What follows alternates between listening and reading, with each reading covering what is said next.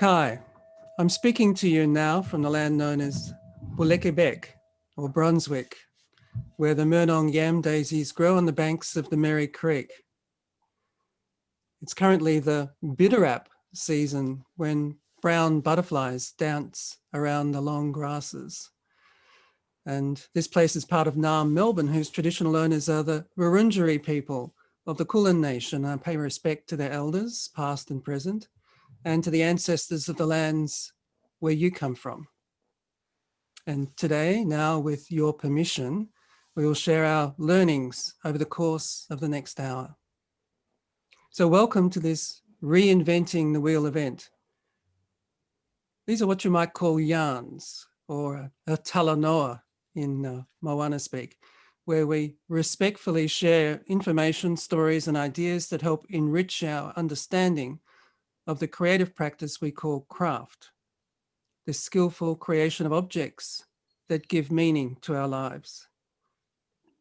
This is part of the development of a knowledge house for craft, which will be a place where we can gather this information for research and collaboration.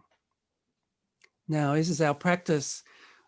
We begin with a salutation from those who gave the previous talk in this series. So can I call on Kolakesa, Barbara, to provide a greeting in terms of your culture?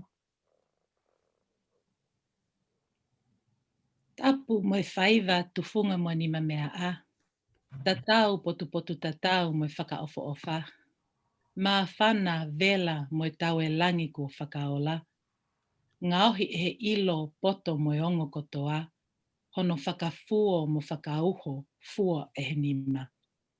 Sacred be the performance material in fine arts, sustained through symmetry, harmony, and beauty, with functionality via warmth, fieriness, and energy, produced by knowledge, skills, and feelings, and with the hands as refinement of form and contents. Sioto ofa, talofa lava, and kia ora koutou katoa. Over to you now, Linda. All right, thank you very much. Yeah, I'll just give a brief introduction to Linda, who's also one of the people developing this knowledge house for craft. Linda's quite a unique figure. She speaks fluent Lao and Thai. In 2009, she completed a PhD at Simon Fraser University titled Textiles of the Putai of Laos. Linda's written many publications, including Art of Southeast Asian Textiles and Thread and Fire, Textiles and Jewelry from the Isles of Indonesia and Timor, which we featured in our Indonesian issue last September. And she currently resides in Luang Prabang in Laos, where she oversees the Asayama Museum. Today, she'll talk about Tiao Nithakhong Somsanith, an extraordinary figure in world craft, whose work touches on a number of particular themes that I think are quite relevant. There are three reasons why I think this talk's going to be important. First, it continues our quest to understand the cultural context of craft, which we began with Arti Kolra's discussion of Asianness as an ideal of early 20th century craft thinkers, and Laila Al-Hamad's presentation about the importance of smell in Arabic culture, and the value of custom that underpins crafts in Moana that we heard with Kessa and Barbara's talk. But this is our first focus on Southeast Asia, where we find a combination, an unusual combination of monarchy and socialism. And our next talk, by the way, will feature One Village, One Product, a movement which is currently led by Vietnam. And royalty has obviously played a key role in the crafts of the millennia, in the exquisite works we find in museums that were produced under the patronage of courts. But it is at odds with Western craft values, which often emphasize beauty for everyday use. The times of kings and queens, princes and princesses seems anachronistic. or is it? And this is also a chance to consider the role of Buddhism in craft. Nithakhong's work does seem to emphasize ephemerality, which is contrary to the conventional idea of craft as a treasure to be preserved over generations, what Māori would call a taonga. How can you embody ephemerality in precious works? So these are questions that make today's talk particularly interesting, and Linda, you're just the person to answer them. Please, take it away. All right, Sabaidi, thank you very much, Kevin, for the invitation to give this talk today. Thank you, Kalakesa, for the nice greeting. And I also want to thank all of you who have joined the Zoom presentation. So let me do this. So today I'm going to focus on the gold work of Tiao David Nithakhong Somsanith. For short, you can call him Tiao Nit, and the relevance of royal craft, particularly in Laos today. So what I would like to do is give a very brief historical timeline to Laos, just to set the background. So in the Lao Kingdom of Lan Sang was established in 1353, and Luang Prabang was made its royal capital. 2 centuries later, the royal capital was relocated to Vientiane, which is now the national capital of the Lao People's Democratic Republic, just commonly known as Laos. But Luang Prabang remained a minor royal center.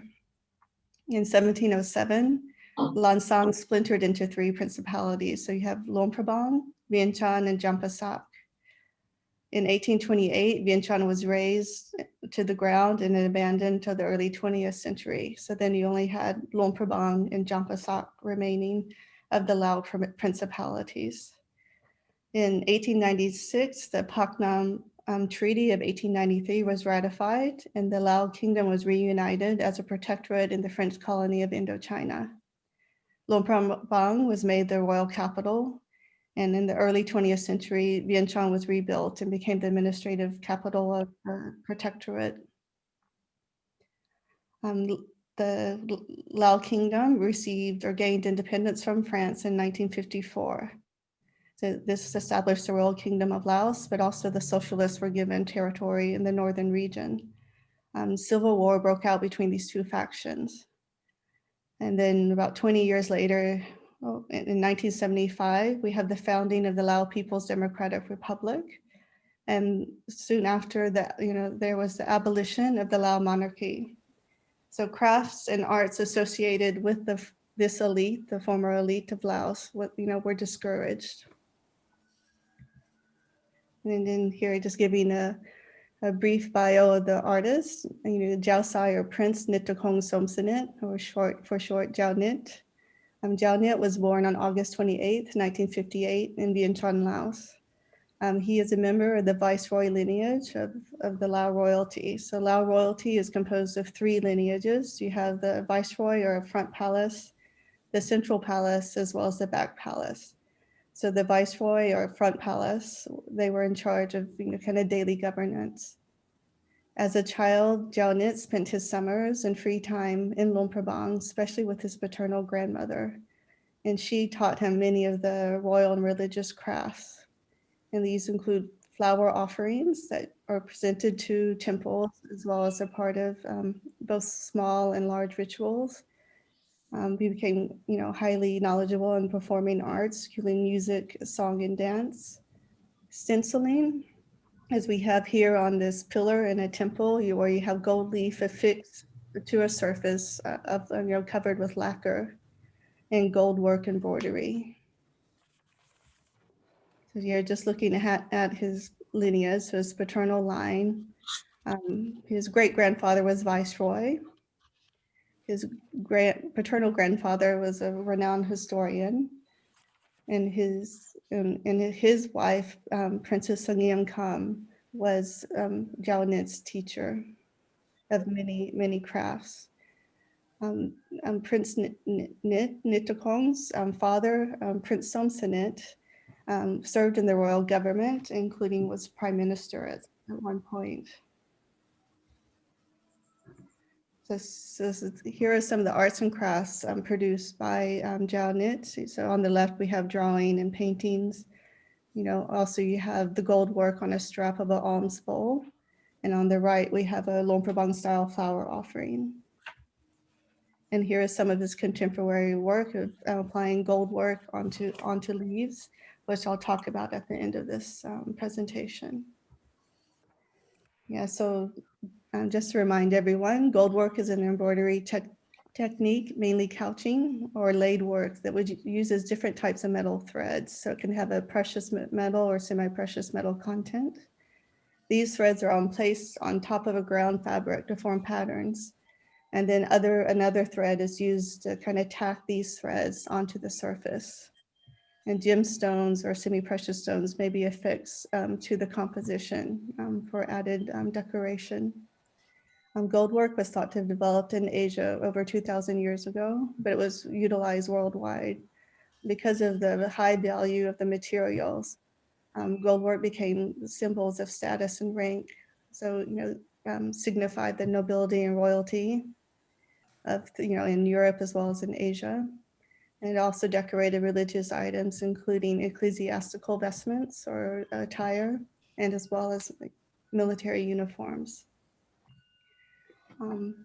The aristocratic and royal women of Luang Prabang, the main court or main royal city of Laos, also utilized gold work to adorn clothing. So here is a photo from 1928, and it's hard to see in the black and white photograph, but gold work is applied to cuffs of a blouse as well as the collar, and also can be used to accentuate Chinese silk brocade that was imported into the country, but it would be used for added decoration. So here on the right, I think it's, yes, you can see a little bit more of the gold work embroidery on the cuff and also adorning the tubular garment. So here's an example. You have a color version of a blouse, or a noblewoman's blouse with a collar decorated with gold work. So gold work was a pastime that was appropriate for elite women to carry out. Generally in Laos, all women were the primary producers of cloth, weaving, for example, or producing batik. But for the women of the elite classes, they did not weave, but they could embroider. And this you can find is, occurred also in other parts of the world, such as England, where Anglican embroidery was, a kind of a pastime of the upper classes. So here is Tiao Nit applying gold work. I'll go back to his biography. After the revolution in 1975 and the establishment of the Lao People's Democratic Republic, Tiao Nit decided to remain in Laos while many others, over half of the population of Laos left the country and resettled elsewhere. But he studied as a medical doctor and tried to stay to help his country. But he moved to France in 1985, continued his studies and finished a degree in a PhD in psychology from Sorbonne. His residences in France and then later in Laos have become almost shrines to his past, to his childhood, and to the. Hello? Oh, sorry. The speaker. Okay. So, his residences became kind of shrines to his past, to his childhood memories, to his ancestry. So he continued royal crafts in his new homeland. He became a French national, so he had hence the name David in his full title. And he was commissioned by the Lao diaspora to create gold work for ceremonial attire. He's returned to Luang Prabang and other parts of Laos beginning in the late 1990s and the early 2000s. And he resettled in Luang Prabang in 2005. One of the projects that he participated in was Quiet in the Land, which is an international project that brought artists from all over the world to Luang Prabang to complete different arts, pieces of art. And his contribution were 3 large installations where he applied traditional gold work in a more contemporary composition. So here we have one of the 3 compositions. This one is entitled Inner Self and Outer World. So we have a monk's meditation hut surrounded by satellite dishes, which resemble the traditional temple banners that would surround buildings within a Buddhist temple compound. So when Tiao Nit returned to Laos permanently, he had a mission. His mission was to preserve, royal arts and crafts, particularly by passing on the skills to the new generations. However, he did meet some resistance when he returned to Laos, especially in terms of gold work. As I said earlier, at the founding of the Socialist Republic, crafts associated with the former ruling class were discouraged. They weren't promoted. And in the early 2000s, it was only acceptable to wear attire decorated with gold work for one's wedding, or if one dressed up for photos taken at a photography studio. And I met Tiao Nit in 2005 during this Quiet in the Land project. And both of us, plus 3 others, including Francis Engelman, who's also signed in, co-curated an exhibition on Lao textiles. This was the first temporary exhibit at the National Museum of Laos, Luang Prabang branch, which is the former royal palace of Luang Prabang. Prior to the opening of this exhibit, the authorities had to come and evaluate the content to make sure that the cultural diversity of Laos was, well represented, and there wasn't an emphasis on a particular group, particularly the royal textiles of Laos. So we were able to open the exhibit, but Nick continued to face some maybe underlying criticism or resistance of his mission, including teaching gold work to the younger generations because of the kind of power in the message it contained as being a member of the royal family, coming to teach royal crafts. Because at this point, someone without this type of background could produce items for sale, but people were reluctant to accept Tiao Nit's work openly. Tiao Nit continued to create gold work for ceremonial attire for the Lao diaspora, as well as for international tourists who came to Luang Prabang. Luang Prabang was made a UNESCO World Heritage Site in 1995, and many visitors would come and want to meet this prince artist.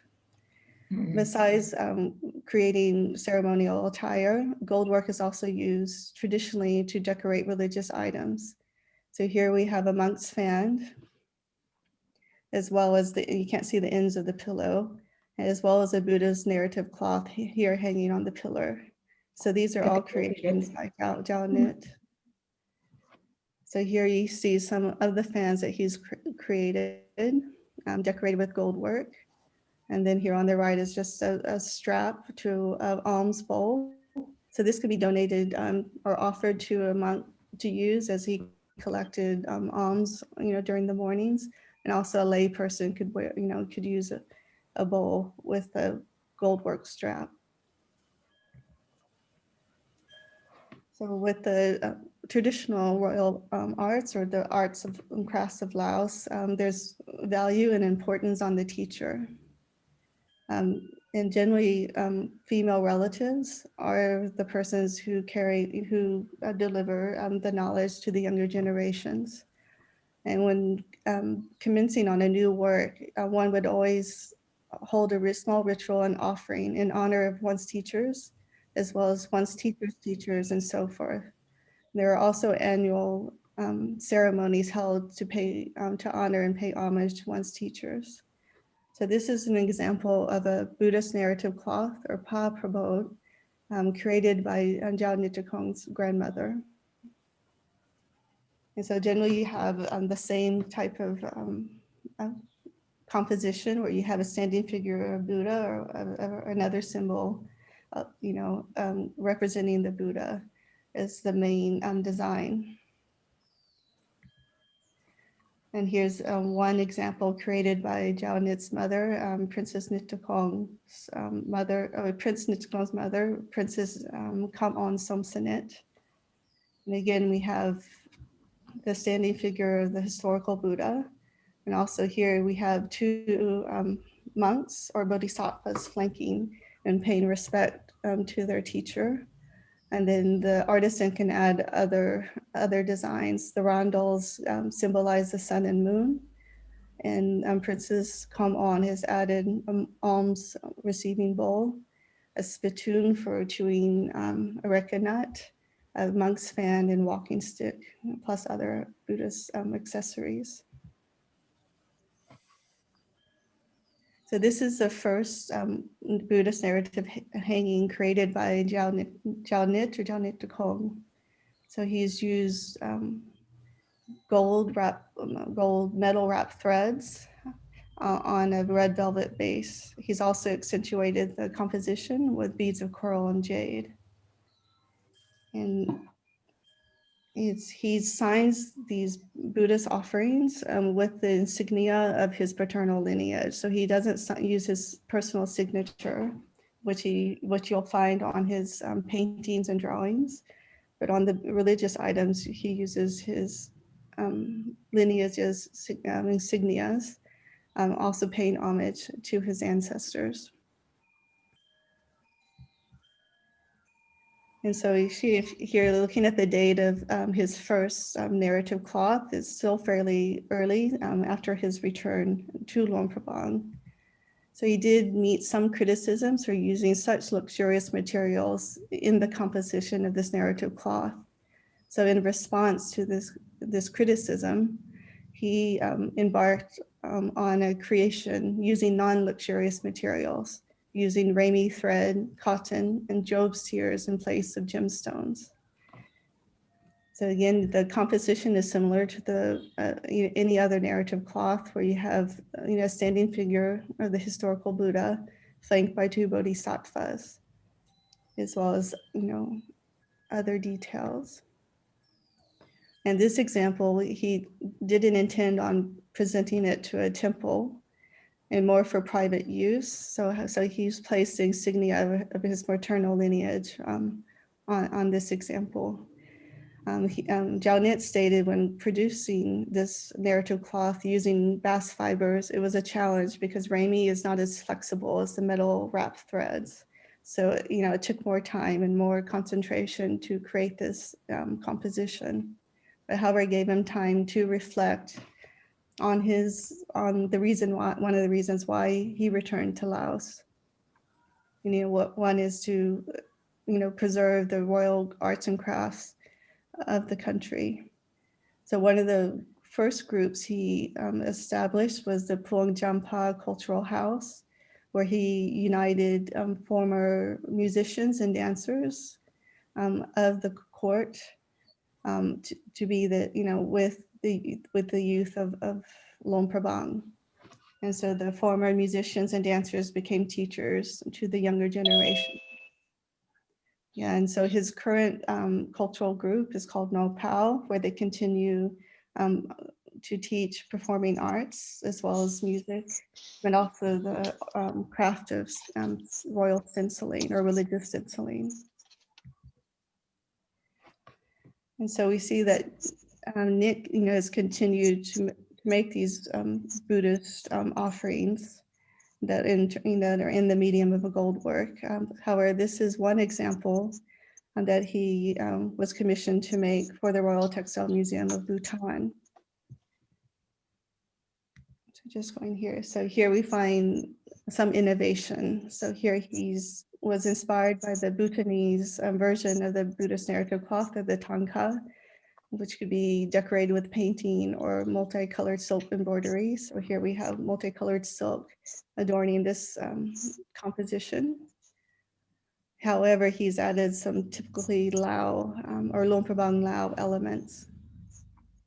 In the bottom of the composition, we have the 15 serpent deities, the 15 Nak and Nuak, who are guardians of Luang Prabang, the royal center.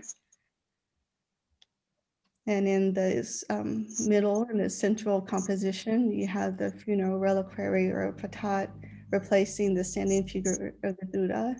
And at its pinnacle, we have a pair of birds aflight with outstretched wings. So this symbolizes a master artisan, as well as a person, of high rank in royalty. So this is some of the elements that we find in his work that you won't find in gold work created by others in Laos, for there's still the meaning behind or messages behind the motifs. And here you have a close-up of the Viceroy insignia. Okay, so other gold work narrative cloths that Tiao Nithakhong has created include 2 that were commissioned and donated to temples in Thailand. He has 1 other bast fiber composition that he keeps for his personal use and for personal prayer. And this is his last gold work, Pa Prabot, or Buddhist narrative cloth, that he created last year. So this was created during the rainy seasons retreat, basically 3 months from July to October. And he presented this plus some other offerings to Wat Prafang and Luang Prabang.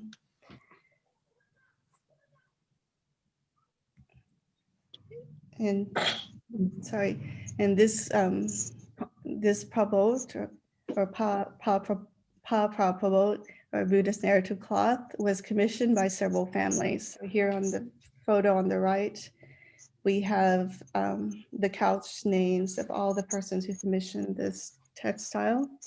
So the producer earns merit as well as the persons who sponsor its creation.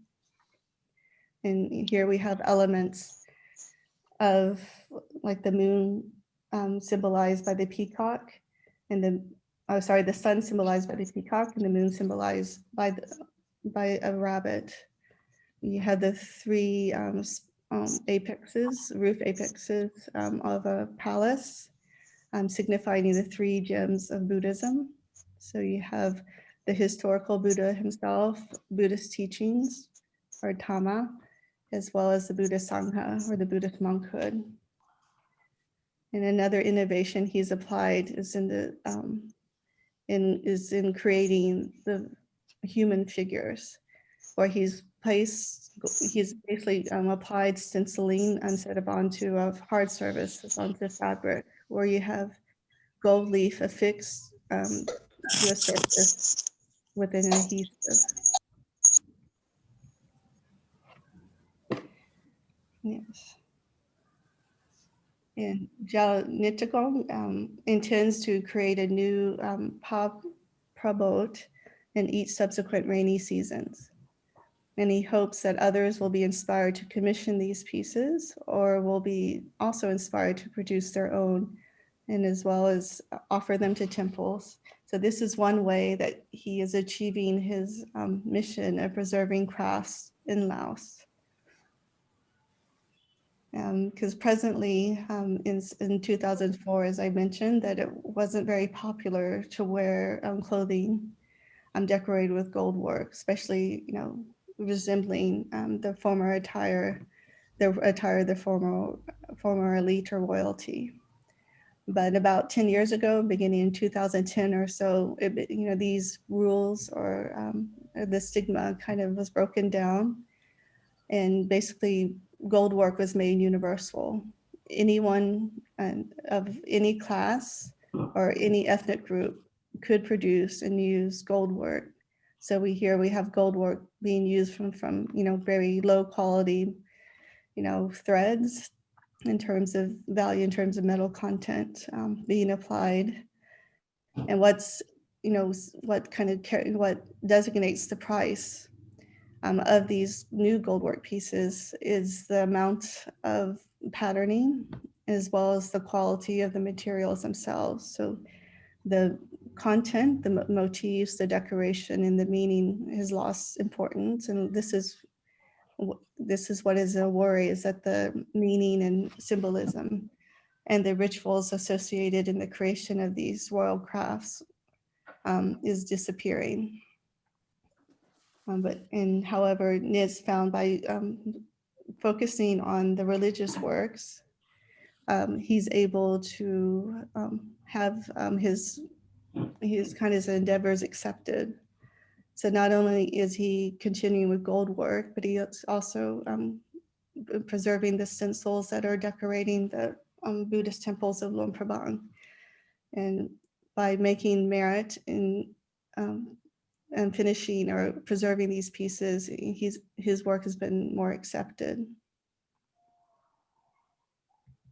So here are these photos aren't so clear, but in 2019, Tiao Nit had an exhibition of his artwork in Seattle, Washington. So you can go to the Art Exchange website here and see some of his items on display.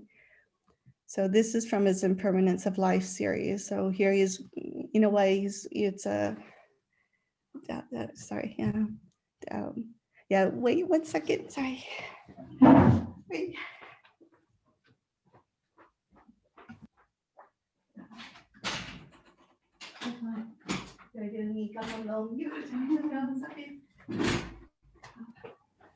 We get a chance to look at Linda's backdrop there. It's always nice to have something behind the scenes in Zoom. Okay, sorry. Welcome back. We're still here. Okay, sorry, a little interruption. Okay, yes. So Tiao Nit started this Impermanence of Life series where he's taking leaves in different stages of decay and immortalizing these stages using gold work. And so he's taking leaves from his environment, as well as people sent him leaves from all over the world and asked him to apply gold work to these fallen leaves. So in a way, these are objects of beauties, but also it kind of reflects kind of Buddhist philosophy as well, and hence the title Impermanence of Life. And Tiao Nit stated that he finds creating these leaves, these golden leaves, as a kind of a release from the intensity of creating gold work at stenciling in the Buddhist temples, which takes quite a lot of energy and creativity. And also, if you go to Art Exchange, you'll see more of his artwork, including his stenciling. So you have both the negative and positive aspects of the decoration. So I'll go ahead and in my talk now and open up for questioning. Yes. Yeah, thank you for listening in. So Great. Thank you so much, Linda. If you want to unshare your screen, we can. Okay, there. Okay, thanks. Great. Good. And so now we have time for questions, but thank you so much, Linda, for that. Let's begin with Helen. You had a question there about the commissioning process. Yes, so were the narrative cloths done on commission? Yes, some of them are, and some of them are not. So we have, let's see, because the first one that we saw, that one is now in the collection of the Quai Branly Museum in Paris. However, he had two others commissioned by laypersons in Thailand. So those are in two temples in Thailand. We had this last one that was commissioned by several families, not only in Luang Prabang, but also in the US and perhaps France. Yes. Yeah. Helen, does that answer? Yes, thank you. I think you answered it along the way as well. I was just wondering, it was private individuals and often the commissioning. Yeah. And in order to obtain merit. Yeah. Yes. And that's, I mean, that tends to be the tradition, whether it's a temple banner or if it's a painting, and even you had, royal families, so the different lineages, they even sponsor temples within the community. So if you go to a temple in Luang Prabang, you'll find the insignia, so you know which family kind of initially sponsored a temple. Mm. Yes. And Yeah, so the tradition. can you explain what is involved with merit? Okay. Yes. Well, merit is basically like the act of doing a good deed. So, basically in Buddhism, you want to accrue merit so that your rebirth will be better than your current birth. And so, if you do bad deeds, probably in your next life, you'll be in a lower station than you are presently. And so, you want to accumulate merit, and eventually that would lead to enlightenment or nirvana. Yes. And so producing merit, besides just doing, any good deed, but also giving alms on a daily basis in the morning, it's like presenting food to the monks as they go around, a community. It's also sponsoring a festival at a temple or any renovations or building a new temple as well. Mm. Oh, it'd be interesting to compare that to philanthropy in the US, Yes. where Yeah. substantial craft collections are often through donations with the names of the donors. So is it Yes. Jana or Jana? Are you there? Would you like to ask your question about gold work? Yeah, I think it's Jana, or is it? I don't know if she's still Well, here. anyway, she's or he Oh, is asking she. about whether gold work's limited to Luang Prabang or whether it's produced at the other royal courts in Vientiane, Champasak, and Mangkun. Oh, okay. Yeah, I just saw her message. Yes, you could find some gold work in Jampasak and perhaps Monkun, but often more applied to religious items and not to ceremonial or I guess daily attire for some elite women. Vientiane, the court, the city was destroyed in 1828. When it was rebuilt, we did have royalty coming to work in the governance of the country in the colonial administration, but you would have less of that in Vientiane because even in the 1930s, 70% of the population was Vietnamese. So, yes. It's fascinating the issues that were faced with the association of gold with the previous kind of culture. Yeah. And for the Laotian government, as a socialist government, were they engaged in craft? Were there alternative kinds of craft which they were promoting?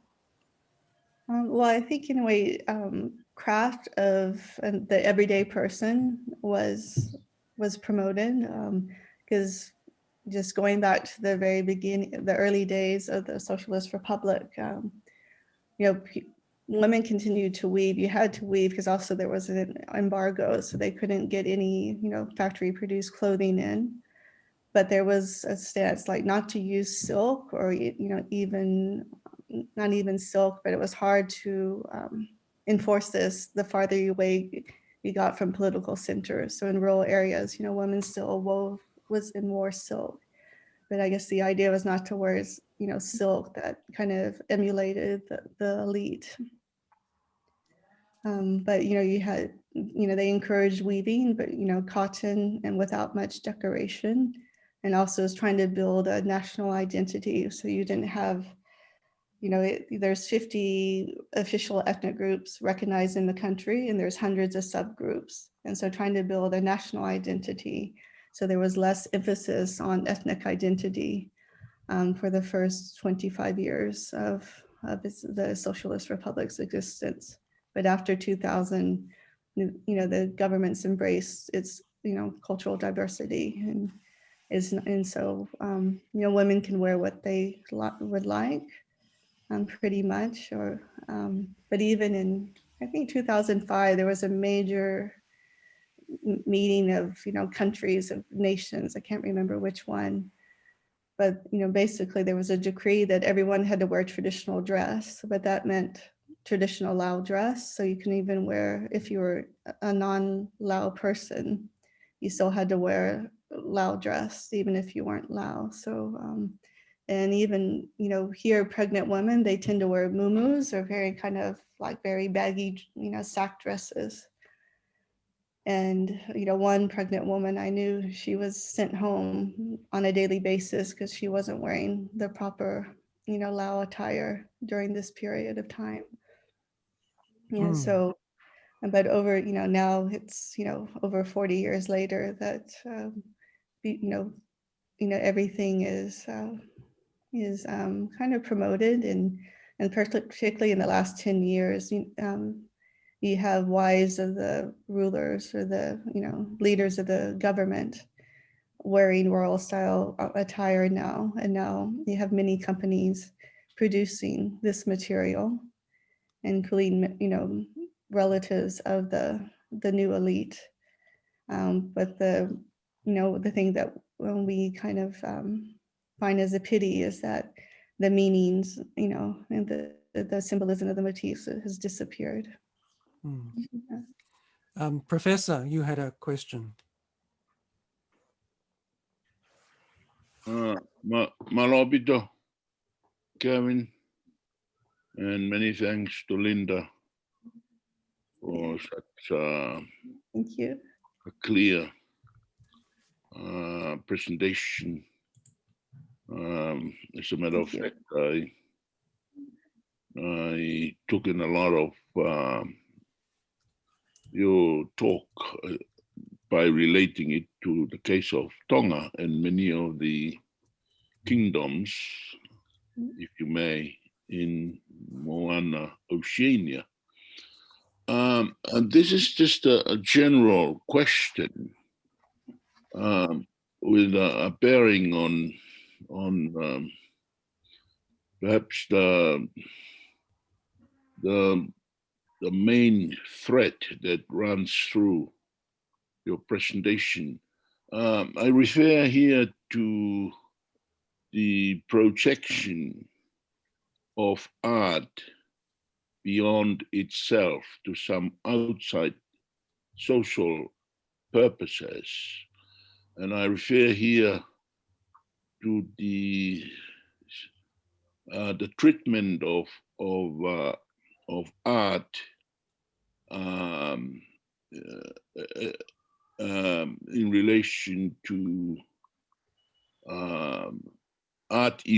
artwork to art use, especially the distinction between aesthetics and politics.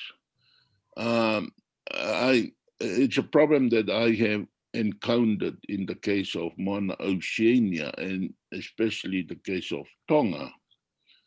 The treatment of beauty by way of utility, and the fusion of beauty and tyranny, as if anything to do with court art or royal art, it's all about tyranny, oppression, and so on and so forth, so that the push towards the treatment of art as tyrannical, to me, it's quite problematic in the sense that we seem to be dismissing the beauty of art as a quality rather than utility. So I'm just curious to hear what you think about that distinction between aesthetics and politics, the politicization of artworks, so that we are more concerned with tyranny, power and all that kind of stuff, and not beauty, symmetry, and harmony. What would your take on that, please, good doctor? Hell yes. No, it's a very good question. Yes. And yes. Thank you. Yeah, hold on a second. Yes. And yeah, I perhaps would prefer to answer this one in more of a private setting, but Okay, don't worry. okay, We okay. can exchange Discuss a emails little and later. talk about it a bit more. Yes, I'm interested in its relevance to our case. Yes. Don't worry, you continue with the other questions. Okay. So thank No, you okay, so much. But it's very sorry. interesting to see the Yeah. adaptation of fiber by Nit, Yeah. using avoiding gold and using I thought a very beautiful use of the rame fiber, is it? Yeah. And what sort of local response did that work get?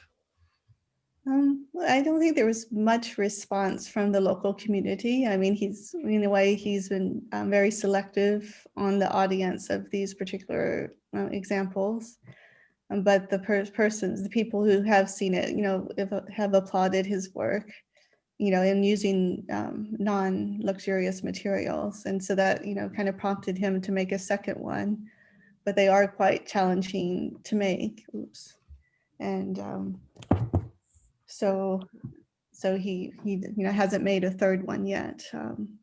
Yes, because in the past, gold was reserved for use only by the highest level of the royalty. So the king and queen, often reserved for Buddhist rituals. Because anyway, the king is kind of in a way representative of the Buddha, the Chakravartin, or Buddhist just ruler, in kind of popular Buddhism.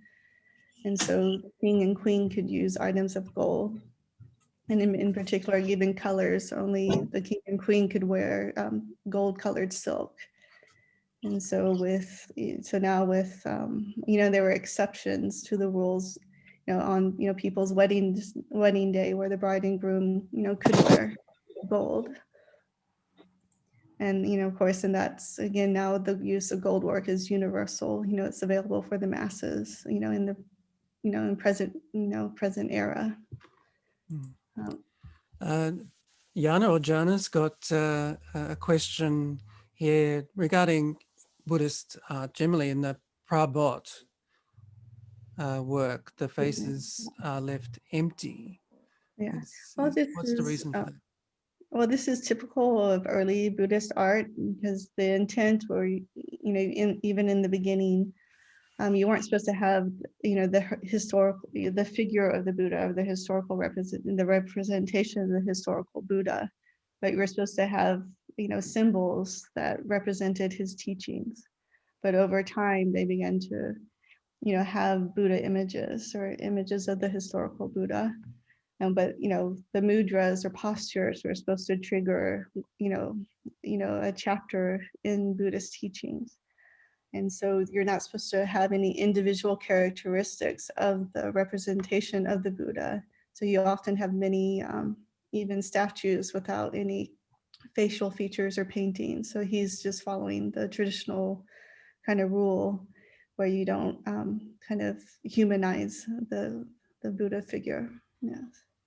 Yes, there was a very interesting essay by Alice Pung about Vipu Srivalasa, the Thai ceramist, whose work many people saw as being cute because the figures were devoid of personality, pleasing to look at. And she argued, as you do, that what is cuteness is actually a Buddhist value about taking away personality from these figures so that they do have a kind of almost generic feel, which we might associate with, for instance, the smiling Buddha. Yes. Yeah. Anything else? Any other questions?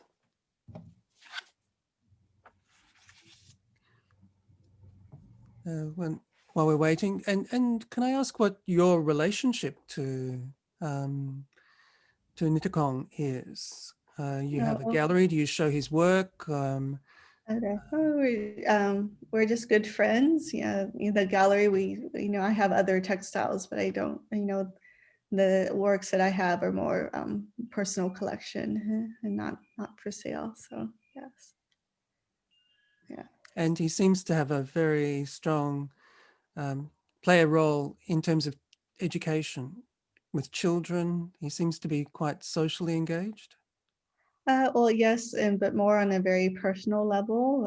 He has these, two private groups. He first started Pung Jampa, then now his present group is No Pao, and so he's, in a way, these are not accepted by the government yet. I mean, he's able to have these cultural houses, but he hasn't been embraced by um, the wide community in terms of helping to, preserve or, kind of encourage the return of these royal crafts.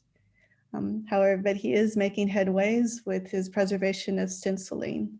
So remember, like the gold leaf decorations that, decorates the interior of temples, it decorates doors, manuscript cabinets and whatnot. He, has a mission of preserving all the patterns as well as, kind of replacing or renovating, conserving the present decoration of the temples. And recently he's received applause from the Buddhist organizations and some individuals within, departments or ministries of culture here. But it's not widespread acceptance yet. So. And Yeah. he's not particularly old for a master, what, 61 or 2. And Yeah. but still, the question's raised whether he's passing on his role to a designated person, and whether that's an issue of lineage, whether it's somebody he's related to. Does that issue come up? It hasn't come up, but I think it's an underlying issue, what will happen in the future, because he is, passing on the skills and knowledge to others. But in terms, for example, for performing arts, for the artists and musicians, people train, but they're not able to find, I guess, a full-time, job from this, it's not a full-time occupation. So you have, a policewoman who will dance, in the evenings, or for example. And so it's, it's difficult to find support for these artisans within the community where they can do it, as a secondary occupation, but not as a primary occupation where he's, kind of committed his life to the arts and crafts of Laos. And he's, able to live comfortably now, on the results. But it is a challenge, and to find, even though he has some successors in mind, but I don't know if they'll be able to continue for, the reason that you mentioned, because of their background, that they will have the kind of same type of influence, kind of having a regular background versus his. So he's kind of a vestige of another age. Yeah. He's the last remaining, and there are possibly no more. Yes, that's a possibility. Yeah. So, but we're hoping the people who are being inspired by, his endeavors will continue. I guess one possibility is that it migrates into art. Yeah. To an extent that seems to be already happening with Art Exchange, the gallery, Yeah. showing his work. And Yeah. I guess the question is whether, I mean, for you, it seems it's the stories which are critical, that, the meaning. Yeah. And those stories, can they carry over from the temple or the palace into the art gallery? Yes. Yeah. So, I mean, it will be a challenge, but I guess hopefully just having the local communities, if they're, able to maintain this knowledge, because even with the offering of the religious items, and to the temple, there's all these specific rules, and maybe they don't matter, but they're full of even the decorations of the offerings. Like he remembers how to make the wax flowers using the molds are used from like the rind of pomelo, where other people would use plastic flowers, so it's or using bamboo or using all biodegradable materials that people used in the past where that have been replaced with plastic and kind of non-biodegradable materials. So a lot of this knowledge has been lost as well, and it may be have a comeback by kind of reenacting or reproducing these rituals that are associated with kind of presenting the arts to the temples. So. Yes, well, I mean, this goes back to Lila's talk about smell in Arabic cultures, which are very much tied to rituals, particularly in terms of gatherings of people and their social life. And I guess you often referred to cloths that are there to be prayed at.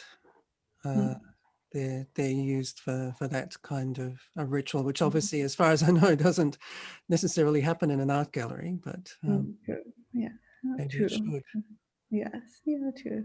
Or at least in part of the opening ceremony, it'd be nice, Yes, well, there are other rituals in art galleries, obviously, like the openings, which can take on local forms. Before we formally finish up, we can stay on if you wanted to chat about other things afterwards, but before we formally finish up, is there any other question that anyone would? I had a question about whether Thailand had a similar tradition, given that they have a monarchy, and whether that has been something that has created a system of support for him or a community, or how the Thai, let's say, have done it to impart their arts and crafts in this regard. Yes, I mean, Thailand also has a strong tradition of gold work, and also has very similar arts and crafts as Laos, because they, you have shared histories. You had, courts, lineages, marrying each other, from the different kingdoms of Laos and Thailand. Thailand still has a monarchy. It is still a kingdom, so it still has support. From the government as well as from the royal palace for artists. And he does have a network with Thailand, as well, particularly in Nan province, which is in the north. And at one point it was part of the Lao kingdom, but also that becomes very political if you start to talk about the history of Nan. But, because also you have, because with the revolution here, you had a break kind of with the passing down of knowledge and, of how to produce these crafts. Whereas in Thailand, you still have, members of the monkhood who still possess knowledge and skills. And he did, he has, forged a link between, temples and artists in Thailand to work with, artists in Luang Prabang. But again, this is all private effort, so sometimes it's hard to sustain. Yes, and he's, been recognized as the ASEAN artist, and it's, done small exhibitions in Thailand as well. But also you do have I think some tensions between, you have two different royal lineages as well, that there is some tensions of power underlying it all. Would be an interesting comparison for another talk, the Thai situation where you don't necessarily have a socialist government and what that entails. Now, I've got a question here from Norma. Now, it'd be wonderful to see you, Norma, if you're able to do that. I've never met you. I mean, I've been in contact, but I've never met you. It's a strange thing about Zoom etiquette, whether you can call people who are in their pajamas. I guess that's always the issue. But anyway, Norma she congratulates you, and asks if Goldcraft is confined to male members. Okay. Oh, yes, sorry, I wasn't clear in my talk. Traditionally, gold work was, the pastime of women. Now, women are the primary producers of cloth. So in a way, Nit is an exception. He learned, he spent, so much time with his paternal grandmother and other female relatives that, he learned these, from them, gold work and other, other crafts such as the flower offerings. Yeah, so it's generally it's a female occupation or pastime, but you do have men, and now you also have more men creating gold work now. So now that since gold work has been commodified, in the present era. So. And a question from Dawn. Would you like to ask it, Dawn?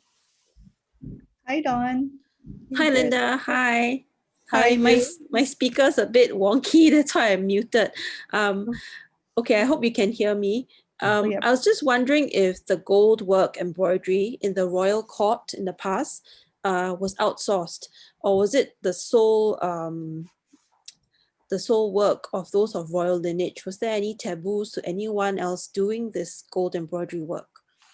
Yes, generally in the past, I mean, it was the is the work that the women of the elite classes carried out. So you wouldn't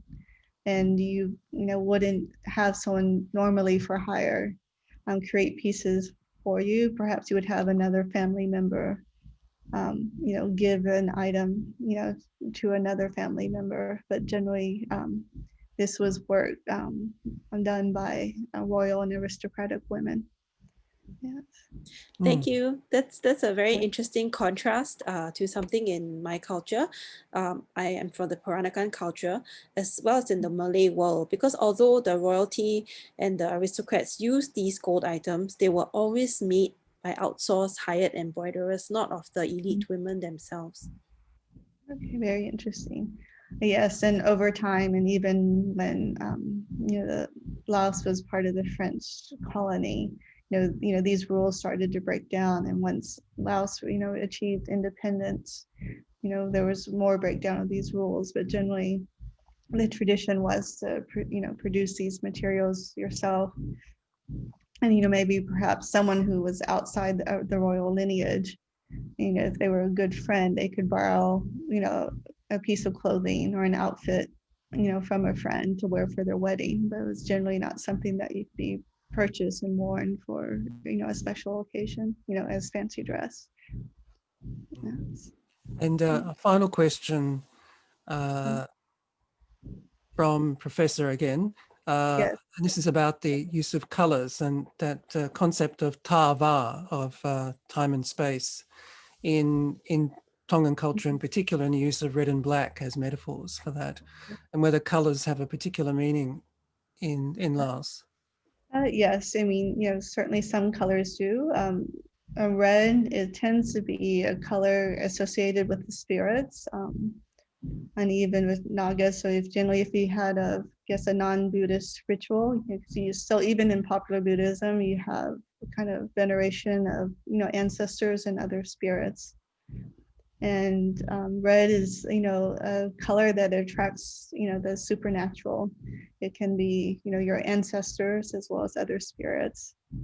And in some related groups like the Dai Dang, who are not Buddhists, but you wouldn't want to be wearing red when crossing a river, because this would attract a supernatural being, one of the serpent deities, a Nuak, to maybe take you away. So you have red is very powerful, and black is associated with blue, with indigo, with coolness, and it's more of a everyday safe color. And previously I said gold is associated with that and the highest level of royalty. Well, even the color. Yes, sorry. Hello, Abito. How interesting. Thank you. Well, thank you. Good. Well, this has been a fascinating conversation, which is a kind of a rare thing when you think about it. We've got perspectives from Tonga, from Singapore Peranakan culture, from Kuwait, from Sydney, obviously, and Laos, and from China.